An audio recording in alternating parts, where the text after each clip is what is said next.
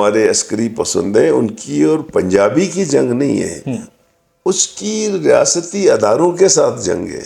اگر ماحل کیا جس نے خودکش کیا ہے، اگر وہ کہیں کہ وہ لاپتہ افراد میں سے تھا، تو ایسا نہیں ہے۔ نیتوں کو چینج کرنے میں جو ہے نا مسائل لوگ ہیں، بیوروکریسی کے چینج کرنے سے نہیں ہوگا۔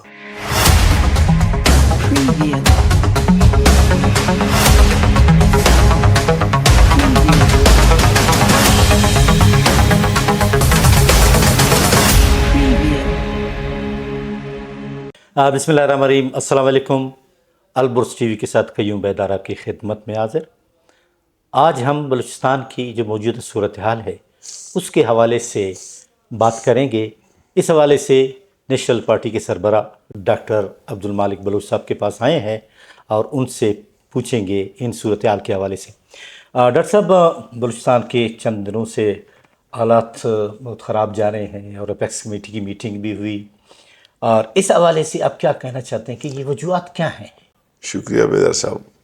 میں سمجھتا ہوں سر کہ بلوچستان کے حالات جو ہے نا گزشتہ 18 سالوں سے خراب ہیں۔ جی، یہ اپس اینڈ ڈاؤن ہوتے ہیں، کبھی زیادہ خراب ہوتے ہیں، کبھی کم ہوتے ہیں۔ جب ایک دو ایکسیڈنٹ ہو جاتے ہیں تو لوگ بھاگ کے آ جاتے ہیں، جب تھوڑا سا سکون آ جاتی ہے پھر اگنورنٹ ہے۔ تو اس کی سر بنیادی وجہ وہ ایک میں سمجھتا ہوں کہ ایک کاز نہیں ہے، بہت سے وجوہات ہیں۔ یہ مسئلہ نواب اکبر خان بگٹی کی شہادت کے بعد شروع ہوئی، لیکن اس کے پیچھے محرومیوں کا، ناامیدیوں کا بہت بڑا ڈیکیڈز کا ایک قصہ ہے، تسلسل ہے۔ تسلسل۔ حال ہی میں جو یہ واقعات ہوئے ہیں، یقیناً یہ دل خراش واقعات تھے۔ بے گناہ لوگوں کو مارنا، خاص طور پر جو رکنی میں راڈاشم میں ہوئی، لیکن یہ ایک واقعہ صرف وہاں پہ نہیں ہے، اس کو غلط شکل میں لے جا رہے ہیں۔ اسی رات کو کلات میں 5 لیویز، 1 سپاہی اور 4 بے گناہ لوگ مارے گئے۔ کولپور میں 4 بے گناہ لوگ مارے گئے۔ یہ 14 کے 14 بلوچ تھے۔ اس سے قبل ہمارا ڈپٹی کمشنر پنجگور کا جو تربت کا ہے وہ شہید ہوا، مارا گیا۔ ہمارا ناظم جو ہے نا مالک، وہ زخمی ہوا۔ اور بدقسمتی سے کل 9 لاشیں جو ہے نا گرا دی گئی ہے۔ تو ہم سمجھتے ہیں کہ اس تمام مشکلات کا حل ملٹی ڈائمنشن اسٹریٹجی ہے جو حکومت وقت کو لینی چاہیے۔ اس میں نمبر 1 لاپتہ افراد کا مسئلہ ہے، اس کو ایڈریس کرنے کی ضرورت ہے۔ بلوچستان میں جو حق حاکمیت ہے، ووٹ کا حق ہے، اس کو جو ہے نا سیکیور کرنا چاہیے، کیونکہ جو 2024 کے جو الیکشن تھے وہ کوئی الیکشن نہیں تھے۔ وہ سارے جس نے زیادہ پیسہ دیا وہ اس کو جو نا سیٹ مل گئی۔ اسی طرح ہمارے دوسرے مسائل ہیں، ہمارے وسائل ہیں، ان پہ ہماری کنٹرول نہیں ہے۔ ہمارے لوگ بے روزگار ہیں، ہماری جو انفراسٹرکچر ہے وہ برباد ہے۔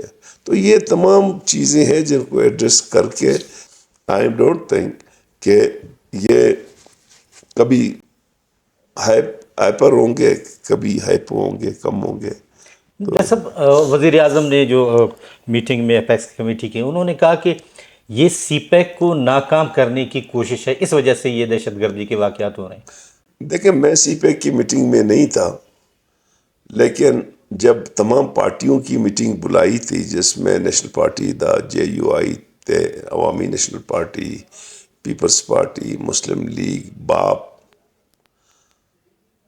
اس نے یہ بات کہی کہ جی سی پیک کو ناکام بنا رہی، لیکن یہ انسرجنسی تو نواب اکبر بگٹی کی شہادت کے بعد ایکسٹریم پہ چلے گی۔ اس وقت تو سی پیک تھا ہی نہیں، اس وقت سی پیک تو تھا ہی نہیں۔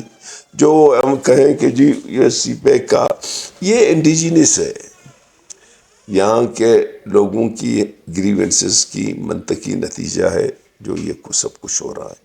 شاید سی پیک اب ایک فیکٹر آ گیا ہے، لیکن جو انسرجنسی شروع ہوا ہے وہ سی پیک کے خلاف شروع نہیں ہوا ہے، اب شاید ایک فیکٹر آ گیا ہے۔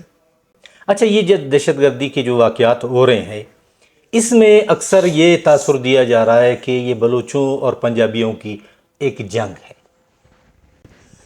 میرے خیال میں یہ بلوچوں کی جو ہمارے عسکری پسند ہیں ان کی اور پنجابی کی جنگ نہیں ہے، اس کی ریاستی اداروں کے ساتھ جنگ ہے۔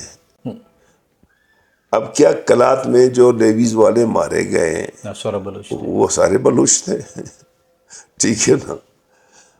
اور بہت سے لوگ ہیں، یہ جو ہمارا ڈپٹی کمشنر مارا گیا یہ بھی بلوچ تھا۔ جی۔ ریاستی ادارے کے ساتھ جو ملیٹنٹ کا جنگ ہے وہ پنجابی کے ساتھ نہیں ہے۔ اس کو البتہ اب پنجابی، اب اگر آپ اس کو تفصیل میں دیکھیں، اس میں زیادہ تر تو سرائکی لوگ مرے ہیں، جو اپنے آپ کو بلوچ کہتے۔ جو بلوچ کہتے ہیں یا نہیں کہتے ہیں وہ الگ سوال ہے، لیکن یہ ہے کہ اس میں تو زیادہ سرائکی تھے۔ تو میں سمجھتا ہوں کہ اگر گورنمنٹ ریاست اس کو پنجابی کا اور بلوچ کا جنگ وہ کر رہا ہے وہ بہت بڑی غلطی کر رہا ہے۔ جنگ بنیادی طور پر اس وقت ریاست کے ساتھ ہے۔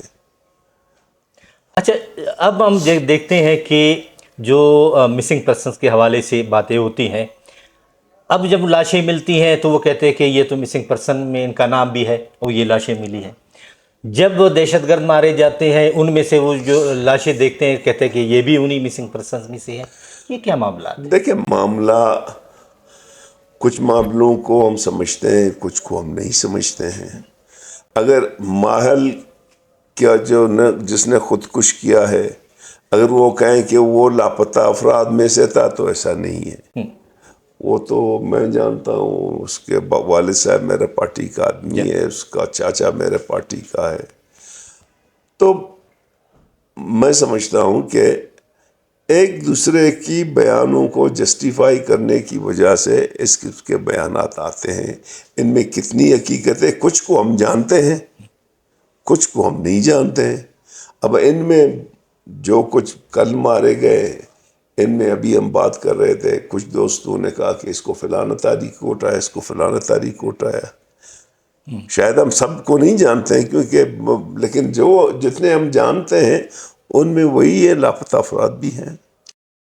کہ بلوچستان میں جو واقعات ہو رہے ہیں یہاں پر بیرونی مداخلت ہے، بیرونی قوتیں کار فرما ہیں، آپ کیا کہتے ہیں؟ دیکھیں نا، میں سمجھتا ہوں کہ اتنی بڑی انسرجنسی ہے، اس کے پیچھے ضرور ہیں کوئی سپورٹ ہے، چاہے ہمارے نیبرز کی ہے۔ تو اتنی بڑی جو انسرجنسی ہے یہ بغیر جو ہے نا، مطلب اگر کوئی افغانستان میں بیٹھا ہوا ہے یا ایران میں بیٹھا ہوا ہے تو ان کی خواہش کے مطابق بیٹھا ہوا ہے۔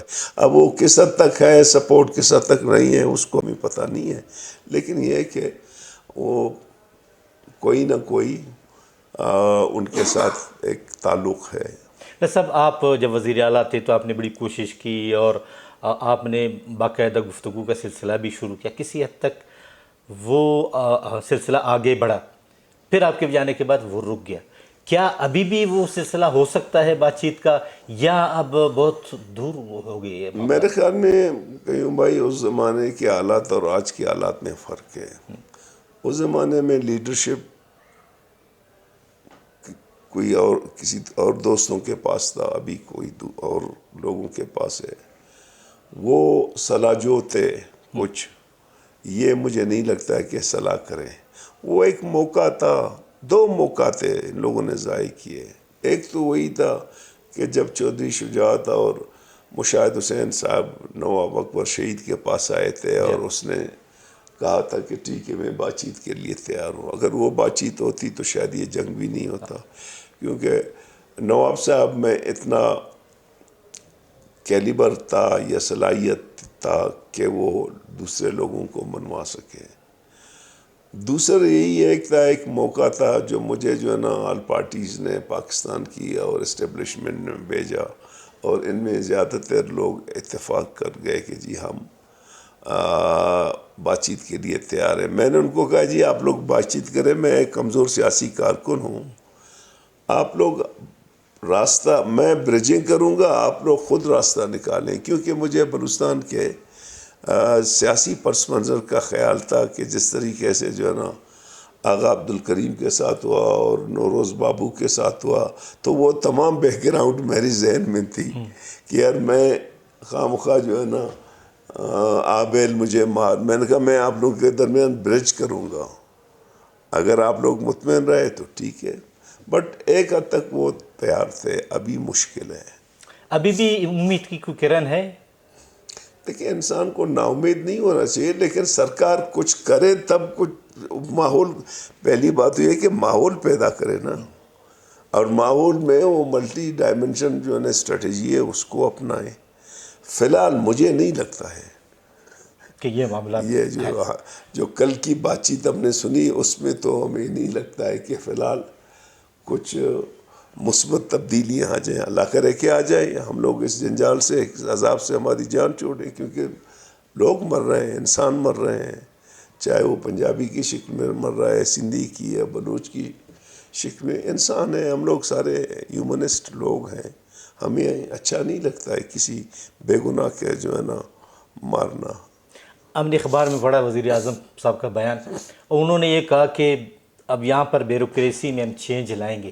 کیا بیوروکریسی میں چینج لانے سے مسائل حل ہو سکتے ہیں؟ سر نیتوں کو چینج کرنے میں جو ہے نا مسائل حل ہوں گے, بیوروکریسی کے چینج کرنے سے نہیں ہوگا.